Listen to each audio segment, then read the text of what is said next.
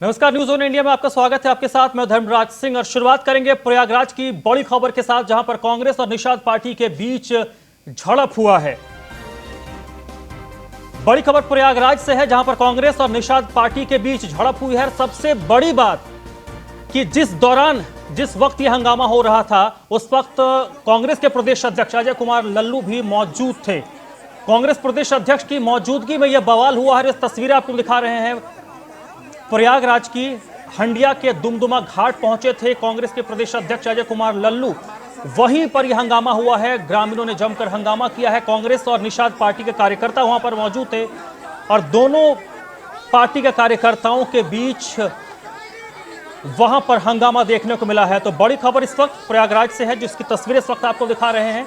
जो बड़ी बात है कि इस पूरे हंगामे के दौरान कांग्रेस प्रदेश अध्यक्ष अजय कुमार लल्लू भी मौके पर मौजूद थे। हंडिया के दुमदुमा घाट पहुंचे थे अजय कुमार लल्लू, जहां पर कांग्रेस पार्टी और निषाद पार्टी के कार्यकर्ताओं ने जमकर हंगामा किया है।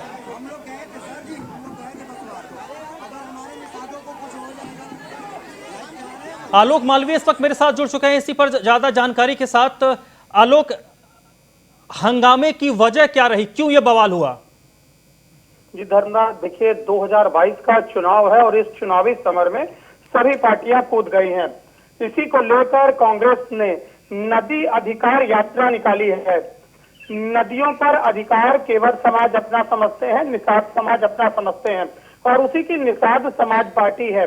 निषाद समाज पार्टी ने अपने केवटों को इकट्ठा करके एक अलग पार्टी तैयार की हुई थी और जब अजय कुमार लल्लू इस जन अधिकार यात्रा को लेकर हंडिया पहुंचते हैं तो वहां पर जो निषाद समाज पार्टी है उसने उनका विरोध करना शुरू कर दिया और कहा कि यहाँ पर किसी तरह की कोई दिक्कत नहीं है, आप किस चीज का न्याय दिलाने आए हैं।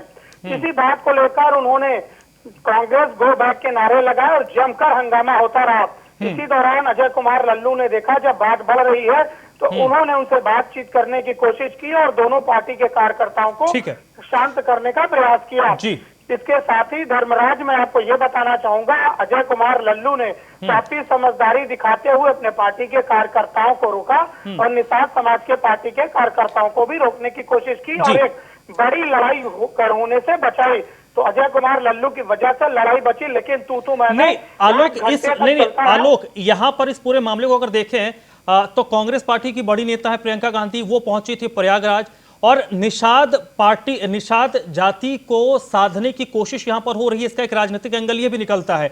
इस हंगामे से क्या मतलब है कि क्या इसका कोई जो फायदा है, प्रियंका गांधी जो पहुंची नाव पर बैठी, उसका फायदा कांग्रेस को नहीं मिल रहा है? जी बिल्कुल, जो नदी अधिकार यात्रा है वो इसीलिए निकाली जा रही है केवट बिरादरी को, केवट के समूह को अपने पक्ष में करने के लिए। धर्मराज, मैं आपको ये बताना चाहूंगा कि जो संगम नगरी प्रयागराज है, इसी स्थान पर मर्यादा पुरुषोत्तम श्री राम को केवट ने नदी पार कराई थी और उसी की नाव को साधने का प्रयास प्रियंका गांधी करने का प्रयास कर रही है और यहाँ से उन्होंने जन अधिकार यात्रा निकालकर पूरे प्रदेश में निषादों को साधने का प्रयास किया है। मिर्जापुर में वो पहुंचेंगे और मिर्जापुर पहुंच के वो निषादों की इस जो यात्रा निकल रही है इस पे शामिल होंगी। शामिल होने के साथ सभी को वोट बैंक में। चलिए आलोक, बहुत बहुत शुक्रिया आपका इस जानकारी के लिए। तो यहां पर कांग्रेस पार्टी की जो नैया है वो नदी के पार लगती नजर नहीं आ रही, क्योंकि यहां पर हंगामा हुआ। चलिए बढ़ते आगे, गोंडा से एक और बड़ी खबर आपको बता दें, जहां पर भाजपा के कार्यकर्ताओं ने थाने में हंगामा किया है। बड़ी खबर गोंडा से इस वक्त आ रही है, जहां पर भाजपा के कार्यकर्ताओं ने हंगामा किया है। पुलिस और भाजपा के कार्यकर्ताओं के बीच झड़प हुई है। जो इसके पीछे वजह बताई जा रही है, दरोगा की गाड़ी ने बीजेपी नेता को टक्कर मार दी थी, जिसके बाद यह मामला अब एसपी साहब के दरबार तक पहुंच चुका है और एसपी साहब ने एएसपी को इस पूरे मामले में जांच का आदेश दिया है। तो बड़ी खबर गोंडा से आ रही है, जहां पर पुलिस और भाजपा के कार्यकर्ताओं के बीच हंगामा हुआ है।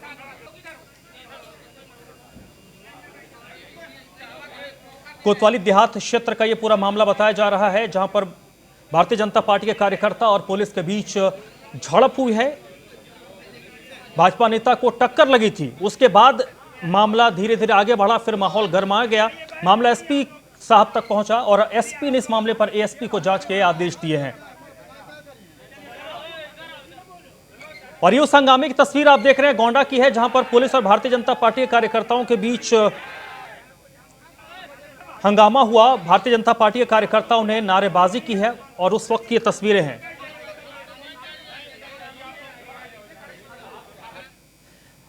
चलिए बढ़ते आगे, प्रयागराज की बात करते हैं, जहां पर राज्यपाल आनंदीबेन पटेल कल सुबह प्रयागराज के दौरे पर होंगी। बड़ी खबर इस वक्त की प्रयागराज से, राज्य की राज्यपाल आनंदीबेन पटेल प्रयागराज के दौरे पर होंगी कल सुबह। कई कार्यक्रमों में राज्यपाल आनंदीबेन पटेल को शिरकत करना है। दोपहर 3:10 पर मध्य प्रदेश के लिए रवाना हो जाएंगी। उत्तर प्रदेश और मध्य प्रदेश दोनों प्रदेशों का की वो राज्यपाल हैं और कल वो प्रयागराज में होंगी। और प्रयागराज के बारे में जो उनका कार्यक्रम बताया जा रहा है, जो अभी तक उनका डिटेल आया है, उसके मुताबिक 3:10 पर वो मध्य प्रदेश के लिए रवाना हो जाएंगे। सुबह वो पहुंचेंगी। कई कार्यक्रम हैं जिन कार्यक्रमों में राज्यपाल को शिरकत करनी है। बड़ी खबर प्रयागराज से इस वक्त आ रही है। राज्य की राज्यपाल आनंदीबेन पटेल कल प्रयागराज के दौरे पर होंगी।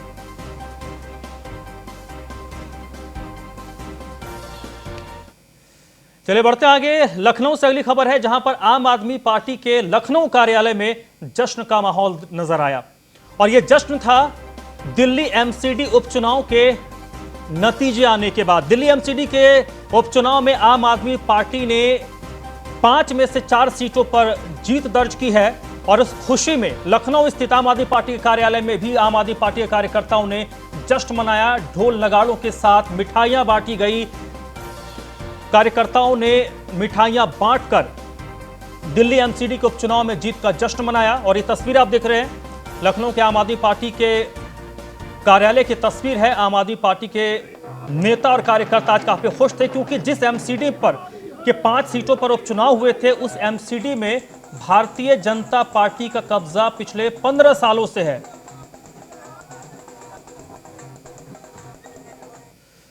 अगली खबर गोंडा से है, जहां पर खून का काला कारोबार करने वाले गिरोह का पर्दाफाश हुआ है।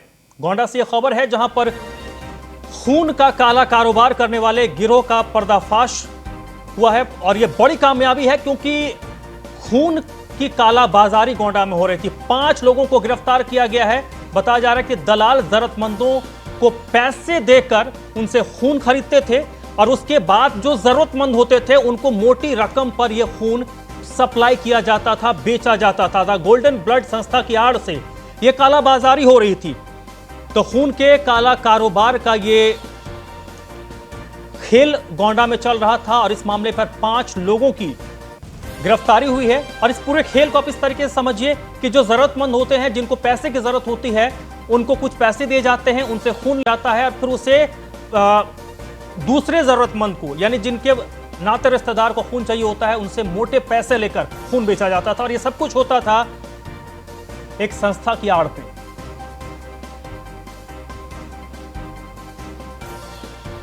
द गोल्डन ब्लड संस्था इस संस्था का नाम है, जिसके आड़ में यह खून का काला कारोबार चल रहा था। अगली खबर कन्नौज से है, जहां पर जिला अस्पताल में डॉक्टर्स की बड़ी लापरवाही देखने को मिली है। कन्नौज से बड़ी खबर है, जहां पर जिला अस्पताल में डॉक्टर्स की लापरवाही देखने को मिली है। बताया जा रहा है कि महिला ओपीडी में डॉक्टर मौजूद ही नहीं रहती है। महिला ओपीडी के बाहर मरीजों की लंबी कतार लगी रहती है, लेकिन वहां पर उनको अटेंड करने के लिए डॉक्टर्स नहीं होते हैं। और जब इस बारे में सवाल पूछा जाता है, जब मीडिया कर्मी पहुंचते हैं, मीडिया कर्मियों तक ये जानकारी आती है कि ओपीडी में लंबी लाइन लग चुकी है। और इस बारे में मीडिया कर्मी पहुंचते हैं, उनसे पूछा जाता है कि आखिरकार डॉक्टर्स क्यों नहीं है। तो कर्मचारी जो अस्पताल में मौजूद होते हैं, ओपीडी के बाहर होते हैं, वो मीडिया कर्मियों पर भड़क जाते हैं, सवाल करने वालों पर भड़क जाते हैं।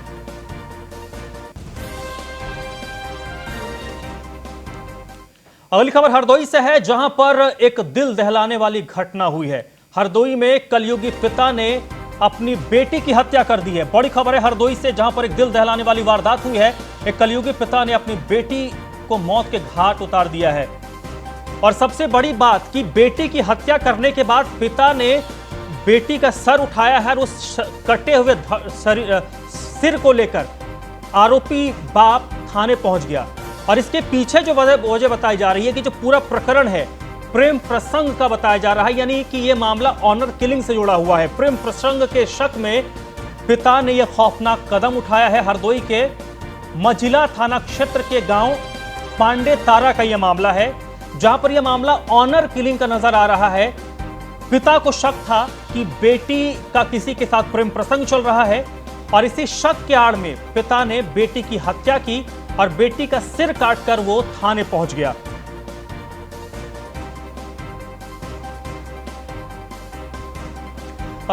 अंबुज मिश्रा इस वक्त मेरे साथ जुड़ चुके हैं इसी पर ज्यादा जानकारी के लिए। अंबुज, पुलिस के लिए तो ये ओपन केस है क्योंकि मामला ऑनर किलिंग का लग रहा है।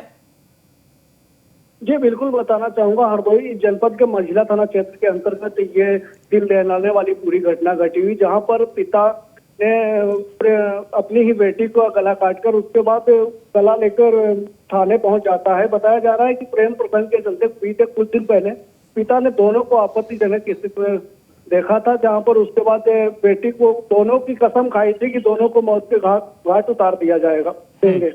फिलहाल बेटी को अकेले पाकर आज उसने पिता ने घटना को पूरी अंजाम दिया। उसके बाद गला काटने के बाद सीधे मझिला थाना पहुंचकर पुलिस को बताया बाकायदा कि मैंने अपनी बेटी का सर काट दिया। चलिए अंबुज, बहुत बहुत शुक्रिया आपका इस जानकारी के लिए। तो हरदोई की यह घटना है जहां पर एक बाप ने अपनी बेटी की हत्या कर दी। बाप को अपनी बेटी के प्रेम प्रसंग की जानकारी मिल गई थी और उसी शक में उसने अपनी बेटी का गला काटा और सिर लेकर वो हरदोई के मंझिला थाना पहुंच गया और अपने गुनाह को भी उसने कबूल कर लिया कि यह मामला ऑनर किलिंग से जुड़ा हुआ है। अगली खबर रायबरेली से है, जहां पर मनचलों ने एक युवती के साथ छेड़खानी की। विरोध करने पर मनचलों ने युवती पर हमला कर दिया और धारदार हथियार से हमला किया गया है। तो रायबरेली की खबर है, जहां पर ऊंचाहार थाना क्षेत्र का यह मामला है। मनचलों ने युवती से छेड़खानी की और जब युवती ने विरोध किया तो उस पर धारदार हथियार से हमला किया गया और अब परिजन इस मामले को लेकर थाने पहुंचे हैं। आरोपियों के खिलाफ तहरीर दी गई है।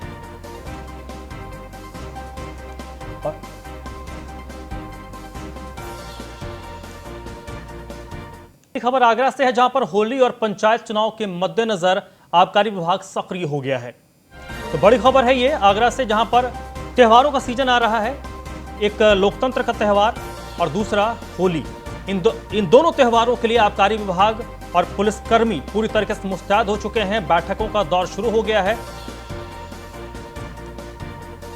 आबकारी विभाग ने ग्राम प्रहरी चौकीदार तंत्र को इस मामले को लेकर पूरी तरीके से मजबूत किया है और दोनों ही मिलकर इस मामले में कदम उठा रहे। खाली पड़े जो गोदाम है, कारखाना है, भंडारण गृह पर विशेष तौर पर नजर रखी जा रही है ताकि शराब इन त्योहारों को खराब न करे।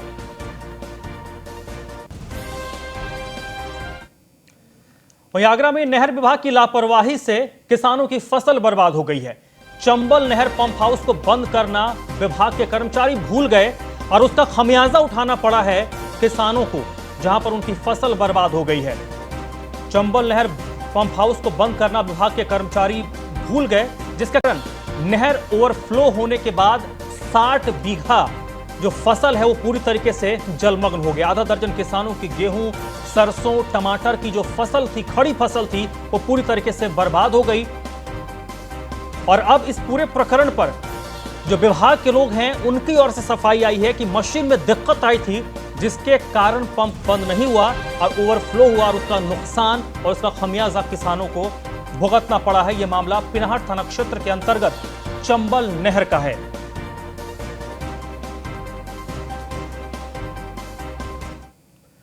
वहीं फर्रुखाबाद में शिक्षा विभाग की नकल विहीन परीक्षा कराने की पोल खुल गई है। तो फर्रुखाबाद में यह दावा किया जा रहा था कि परीक्षा पूरी तरीके से नकल विहीन होगी।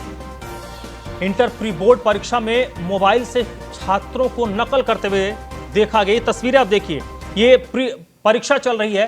केंद्र और राज्य सरकार के आदेश थे और उन आदेशों के खुलेआम धज्जियां उड़ाई गई। मोबाइल पर प्रश्न पत्र हल हो रहा है। फतेहगढ़ कोतवाली क्षेत्र के राजकीय बालिका इंटर कॉलेज का यह मामला है, जहां पर नकल विहीन परीक्षा कैसे होती है उसकी तस्वीर आप देख रहे हैं। जो दावे किए गए थे उन दावों की पोल पट्टी यहां खुल रही है।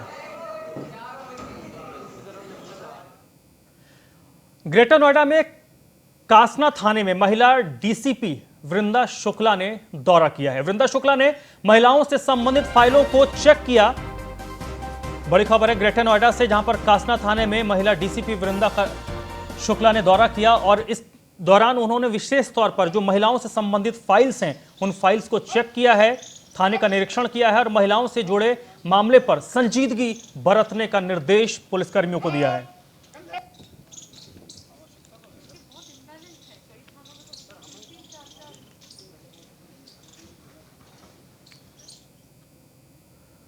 वहीं मुरादाबाद में पुलिस ने बड़ी कामयाबी हासिल की है। हत्या के एक मामले का पुलिस ने खुलासा किया है।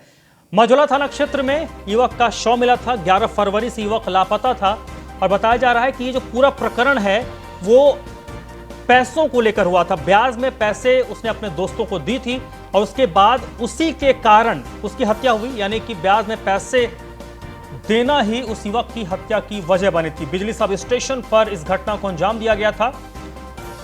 युवक की हत्या करने के बाद बोरी में बंद करके शव को नाले में फेंक दिया गया था और इस मामले में 3 आरोपियों को गिरफ्तार किया गया है। बड़ी कामयाबी पुलिस की। पूर्व में 2,80,000 रुपए उधार पे दिलाए थे, जिसकी ये हर महीने किस्त भरता था। पिछले कुछ महीनों से ये किस्तें इसकी टूट गई थी, जिसको लेकर इनके बीच में पूर्व में भी वाद विवाद हुआ था। 11 तारीख को मगन इसके घर पे गया था मोहित के, और इनके बीच में वाद विवाद हुआ था। अपशब्द कहे गए थे इसके परिवारजनों से। उस समय मोहित घर पे नहीं था। जब ये घर पे वापस आया तो इसके परिवार वालों ने जो बात हुई थी वो बताई। मोहित ने फिर अपने दोस्त लाखन, जो बिजली घर पे काम करता है, दोनों ने प्लान बनाया मगन को मारने का। इन्होंने फ़ोन करके बिजली घर पे इसको बुलाया। इसके बाद लोहे की रॉड से इस पर वार किए गई और तकिए का प्रयोग करते हुए मुंह दबाकर इसकी हत्या कर दी। अगली खबर बलिया से है, जहां पर पुलिस ने सेल्समैन पर जानलेवा हमले करने की गुत्थी को सुलझा लिया है। बलिया से बड़ी खबर है, जहां पर पुलिस ने सेल्समैन पर जो जानलेवा हमला हुआ था उस मामले पर पुलिस ने खुलासा किया है और जिसने सेल्समैन पर हमला किया था उसकी गिरफ्तारी हो गई है। उसके साथ असलहा भी पुलिस ने बरामद किया है।